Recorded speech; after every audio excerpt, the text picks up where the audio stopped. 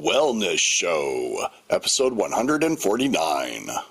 Welcome to The Wellness Show, a podcast on health and wealth. I'm your host, Tyson Bannigan, the founder of the Extraordinary Healing Arts Academy. Join me as we get the latest insight, tips, and strategies from wellness providers, coaches, and successful, heart-centered entrepreneurs, and much, much more.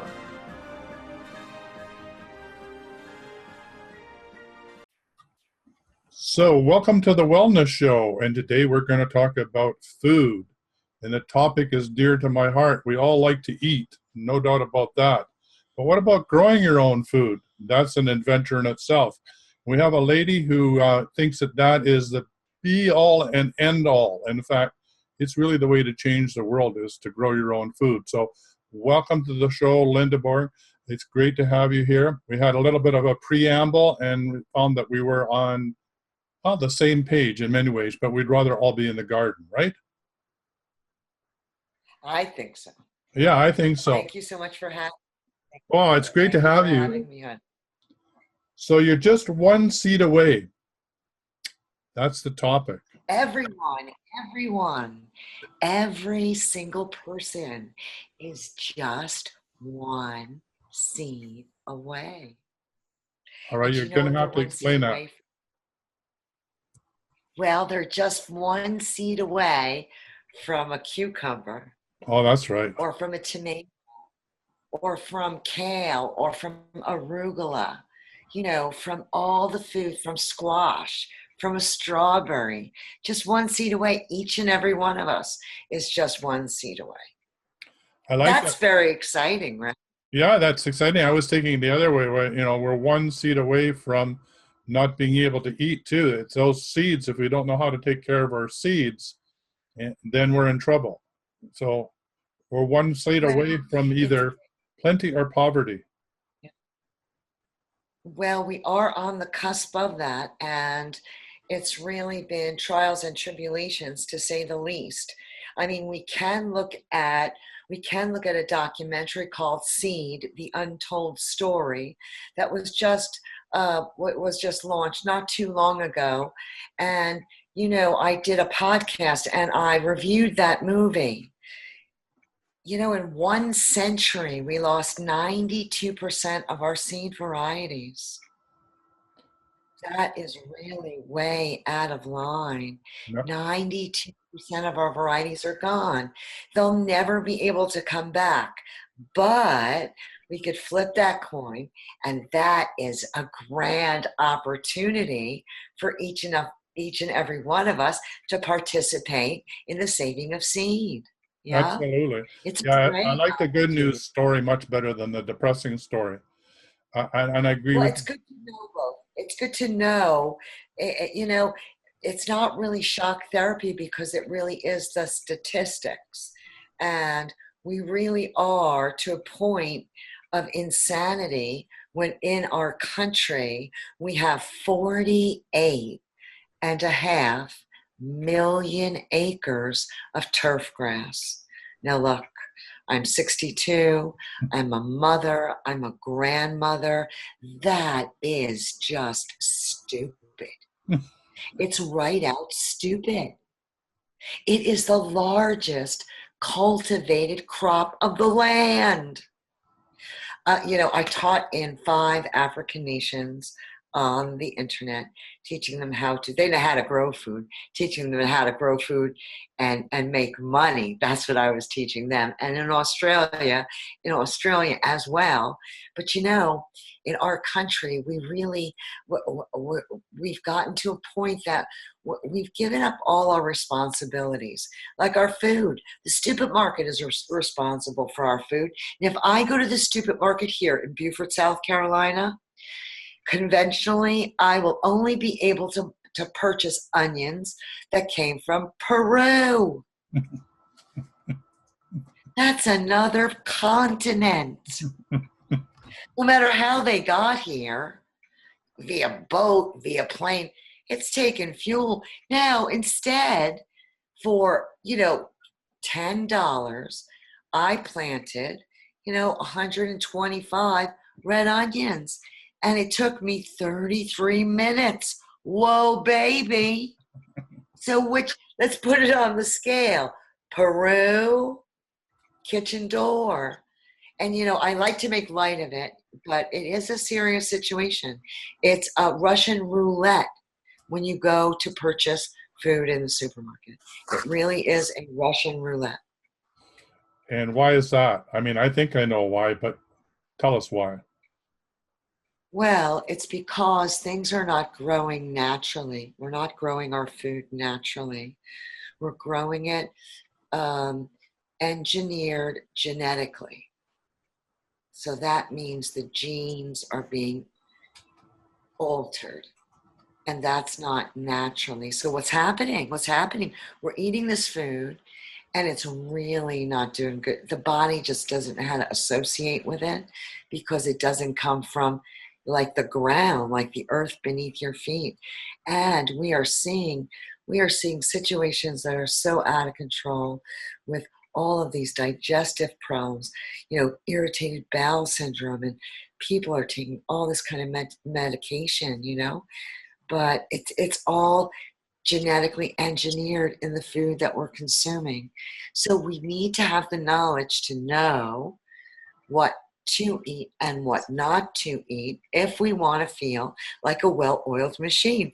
And that's how I feel. I mean, I'm 62, but I feel like a 1955 Ford tractor, the kind that never stopped running, with a real simple engine, But I eat food that is grown biodynamically because I am a farmer that practices biodynamics in my agriculture.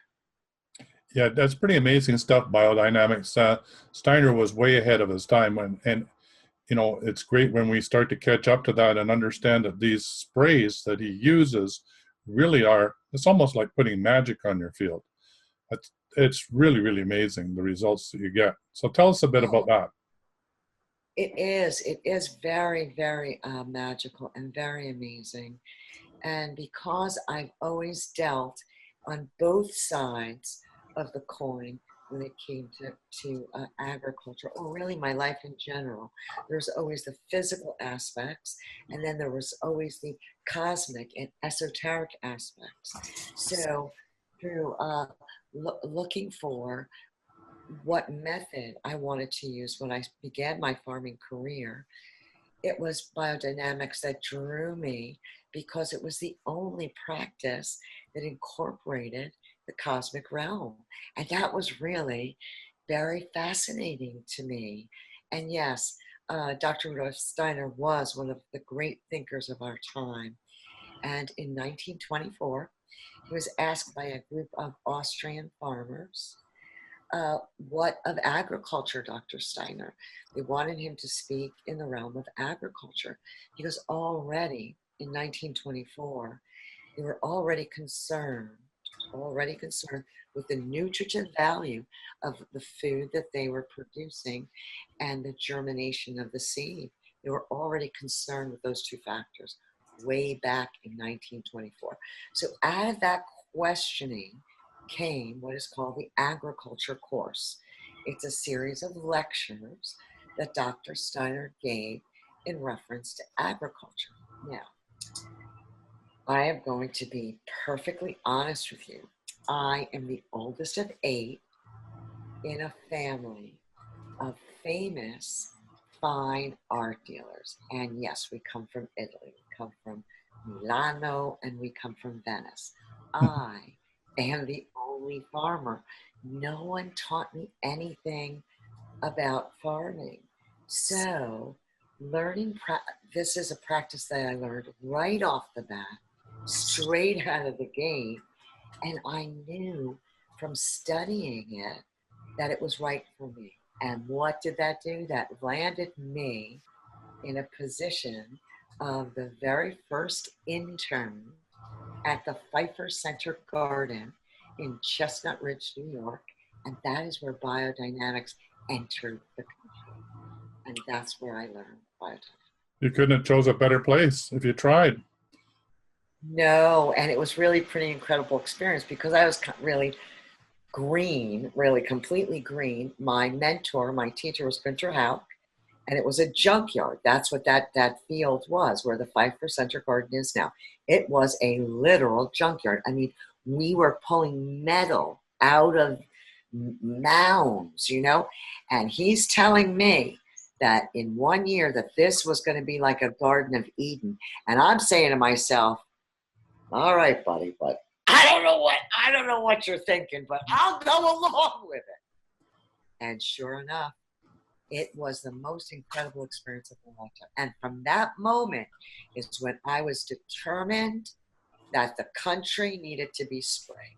The entire country that we live on right now needs to be sprayed biodynamically, because boy, the food that is grown when it's grown biodynamically, it's just really charged. You don't have to eat the same amount to be satiated, because it has a life force in it, like different than any other food substance that I've ever consumed. And therefore it makes us, vibrate on that same level as well. So it's really it's very simple. And that is the purpose of my existence with Farm a Yard, because that is the movement that I have created, because I want everyone to farm their yard. And I understand that, like myself, I wasn't given the skill sets necessary to do that successfully right from the get-go. And if I was a type of person that would get discouraged easily, I would have been discouraged probably 150, 200 times from big boo-boos, that I made. So I wanted to create a forum, a platform where I can get all the best skill sets together, so everyone that is involved in the Farm a Yard community movement, right, will have what they need right from the get-go to be successful. They won't have to have all that mistake. They can go right from learning to eating. And that's what we want. We want to go from the seed to the belly, because that's really where it counts, in the belly-o.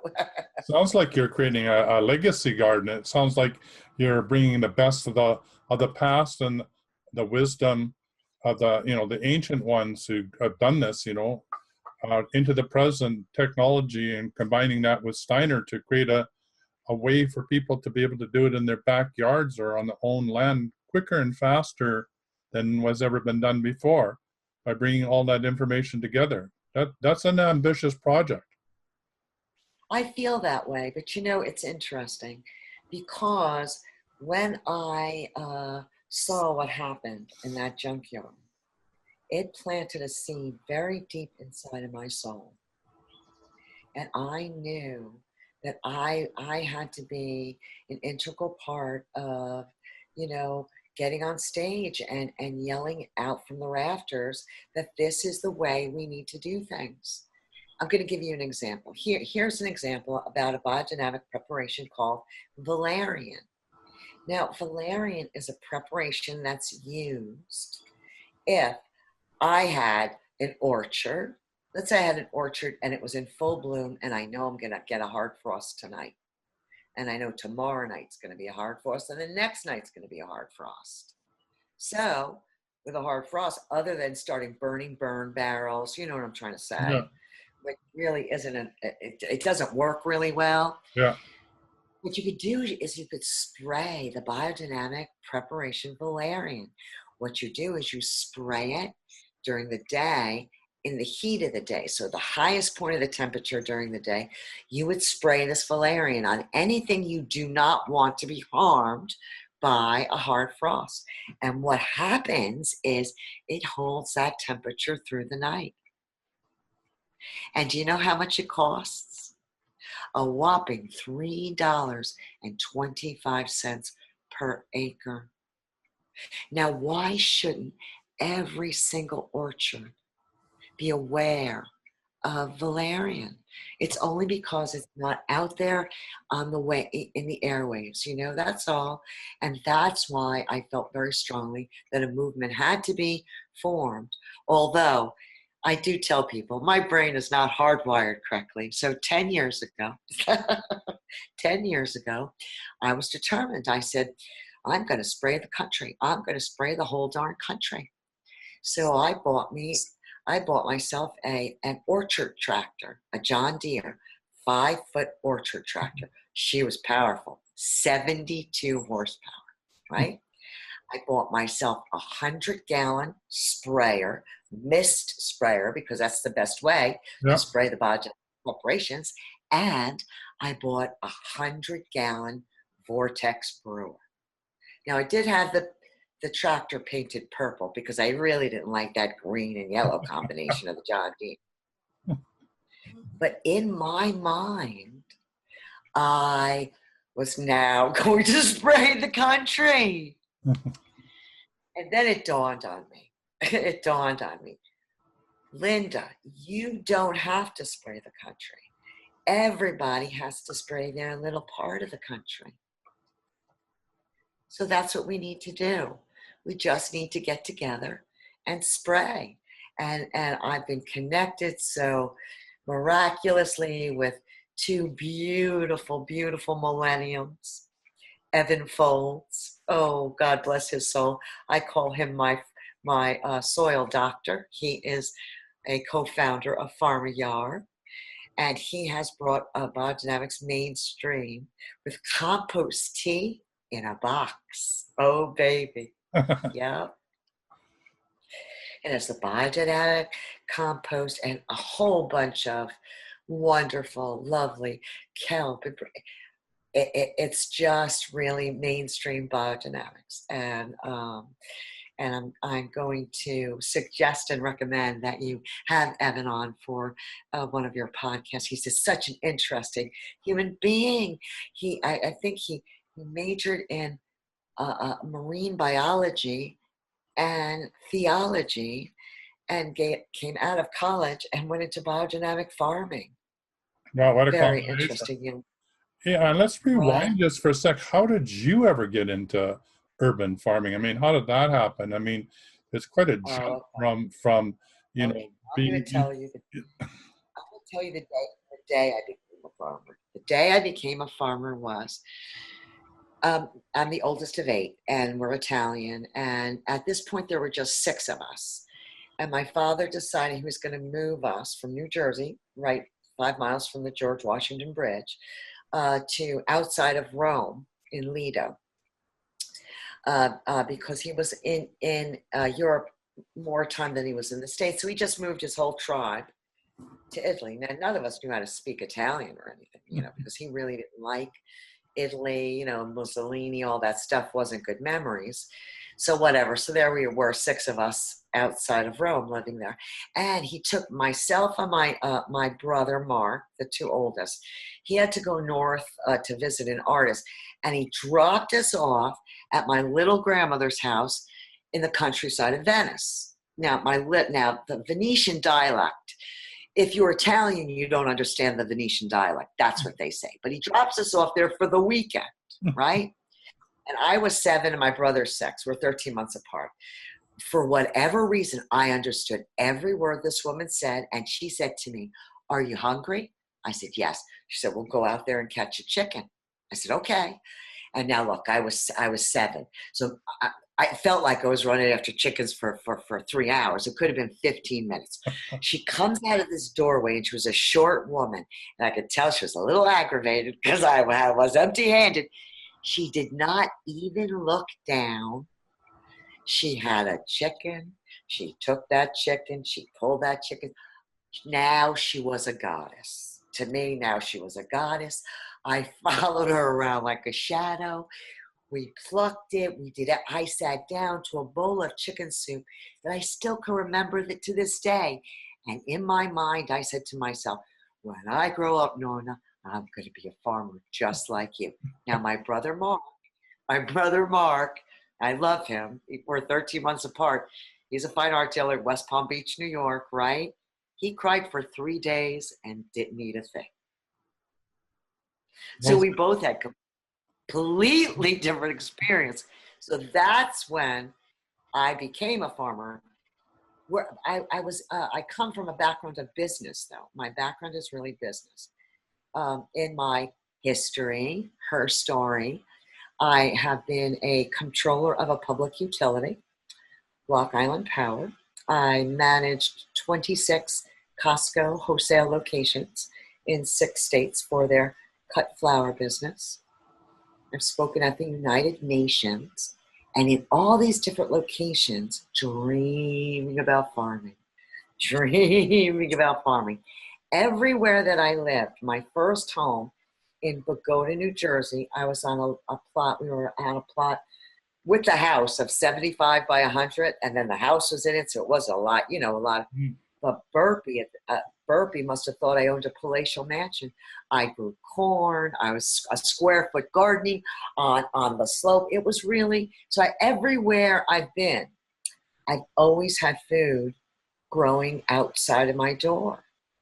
And so when my kids got big and I didn't even have any shells left in my nest, I decided to move to the country to farm, because that's what we're taught.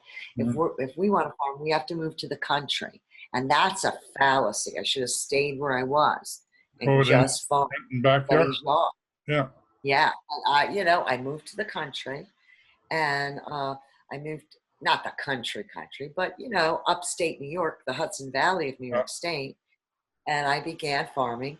And in 2007, I am very proud to say that I was nominated to get into a magazine, Who's Who in Orange County. That was my second year of farming. Who's Who in Orange County, and you have to be nominated to get into that. It's only once a year. And I was nominated in the category of manure. Now, I got to tell you, I don't think there was any runners up in that category. But I love poop. I love worm poop. I love bat poop. I love lactating cow poop. I love compost. Now, I will never marry again, but if compost was available, I would be right the first one in line. I love to watch those processes, even with biodynamics, the agriculture. There's Evan and another millennium, Stuart Lundy, Perennial Roots Farm. That is another young man that you'll need to interview. He's in Virginia. He has an atmosphere for an organizer. They've got it. They understand it. And they're in their 30s. Now, I'm 62. I've been at this for 30 years, so it's so refreshing to see kiddos, coming on board that have really gotten very deep into these areas, Because, look, I don't know. I just want everyone listening to this today to understand that whoever is in control of the food is in control of the people. And we need to take that control back, and we need to put it back in our own hands, because it's empowering, because it's delicious, and because 48.5 million acres of turf grass is stupid. And we have to stop doing stupid things. We really have to start doing smart things. I think it must be about 20 some odd years ago. Now, there was a doctor from India, and he did his thesis in the city of Newark, growing food in abandoned lots, right? And this paper was for 3 years. I wish I could find this paper. I'm not going to wish. I'm going to know I'm going to find it, and then it's just going to pop up, because that's how things seem to work lately. So 3 years thesis. And what was the conclusion? Well, the first year, 800 tons of food came out of that city. Wow. And what happened? The drug dealers started to leave town, because when people start to grow food, the energy shifts. People are now outside, watering, talking, too much light. Right. too much light, and that's what food emanates. Pure, beautiful, healthy food that's grown in with a consciousness, with a love, with a compassion. You know, we are what we eat. And I don't want to tell you about, a lot of food is grown with a lot of anguish. Absolutely. A lot of pain, a lot of A suffering. lot. So if we grow it ourselves, and it's not so hard, it's really easy. Look, I'm still doing it. Yeah, you just need a little love, a little water, a little rain, a little bit of blessing. You know, if you're Anastasia, you spit on the seeds so they have your energy. You put them in the ground, and boom, you water them. So many different things. But like I said, I've created a movement, and it's not about me. This movement is not about me. This movement is about us as a collaborative, cooperative. I have information, you have information, we all have information. We just need to join each other. And it can happen so quickly. I don't know if any of you are aware of the 100th monkey Yeah, those monkeys, they study, were much smarter than we gave them credit for. right? Those monkeys, that Yeah. 100th monkey. Yeah. Tell you, we've got the monkey by the tail.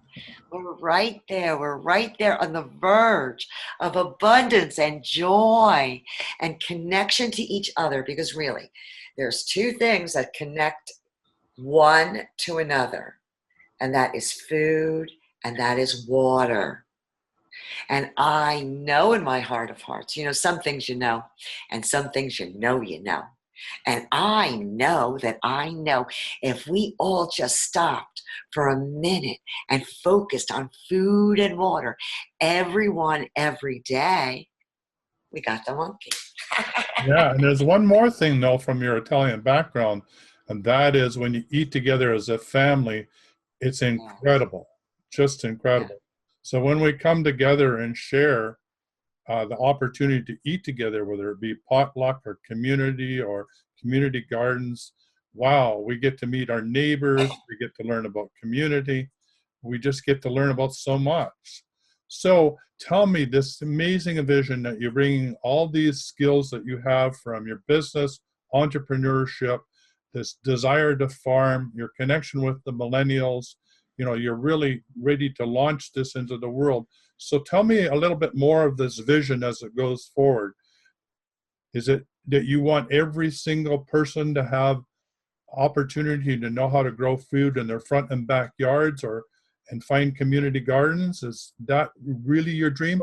Tell me more about your dream, your My vision. dream, my vision is before I pass, that I will drive down neighborhoods and see vegetables growing everywhere. That's my vision. My vision is for people to create a tsunami of zucchini. to to have someone living on lettuce lane, like everybody say, okay, I'm going to grow the red leaf this season, Yeah, broccoli boulevard. yeah. you know it's happening. I visited a group out of Orlando called Fleet Farming, and it's nice they're farming 60 farmlets is what they call them, and they have 300 people on the waiting list. Wow. And you drive around the neighborhood, it is a completely different feeling to see sorrel on this one's front yard and tomatoes over there and cabbage on the corner. It really feels good. It feels safe because, food, we need food. Food is our subsistence. And having that connection to that food, on a deeper level than just an exchange of money, and then not knowing. I mean, crazy things are happening. So the closer we have that to ourselves, the better it'll be. But you see, I can teach them. I can teach anyone how to generate $75,000 on a half an acre of land in a 22-week season, and you don't even have to own the land. That's correct. I'll teach you that. You could do it if I could do it. Others are doing it right now. The only reason why you can't do it is because you don't have the skill set. And there's another reason though as well. And Steiner mentions this. And every time I think about this quote, I get chills. And I don't know the quote verbatim, but this is how it goes. The reason why we're not seeing things happen is because we are not eating nutrient-dense food to support the will into action. Yes. So if we just think about that in the area of ADHD, okay, attention deficit disorder. Now, paying attention is a higher level function. I know that as a farmer, because as a farmer, the only skill you have to hone in on is keen observation. So that's focused attention, right? So attention is a higher level cognitive skill. So if we're not feeding the body nutrient food that's going to feed that brain to have it perform that higher level function, how in the heck can it do that? Right? Exactly. Well, we've got 1 minute to go. So people need to know how to get hold of you so that they can be part of this vision and bring it together in their yard. Okay. So this is all you have to do is go to farm-a-yard. farm-a-yard.com and go in there and join the movement. Get on the email list. You'll get all the emails, you'll get all the podcasts, and you'll get everything you need to stay connected. Came up with a jingle. She came up with the lyrics. So I'm going to sing it to you. And it goes to the tune of the Battle Hymn of the Republic. Farmyard, it's a movement. Have you heard? Turning lawns into food. Spread the word. Ditch the grass, make some cash. Feed yourself, feed the world. Farmyard, it's a movement. Have you heard? Farm to table, we are able. It's the food that needs no label. Be a farmer in your own backyard. Farm yard, start today. Farm yard. Yeah, wonderful. Wonderful. Well, How's that? That sounds great. And we're going to have you back. We just opened the door to this conversation, and I'm looking forward to even more. So bye for now. Bye, baby doll. See ya. For quality online wellness products, courses, and services, visit our sponsors, thewellnessstore.ca and the Extraordinary Healing Arts Academy located at thewellnessacademy.ca. To stay in touch, visit us at thewellnessshow.ca. And until next time, be healthy, wealthy, and wise.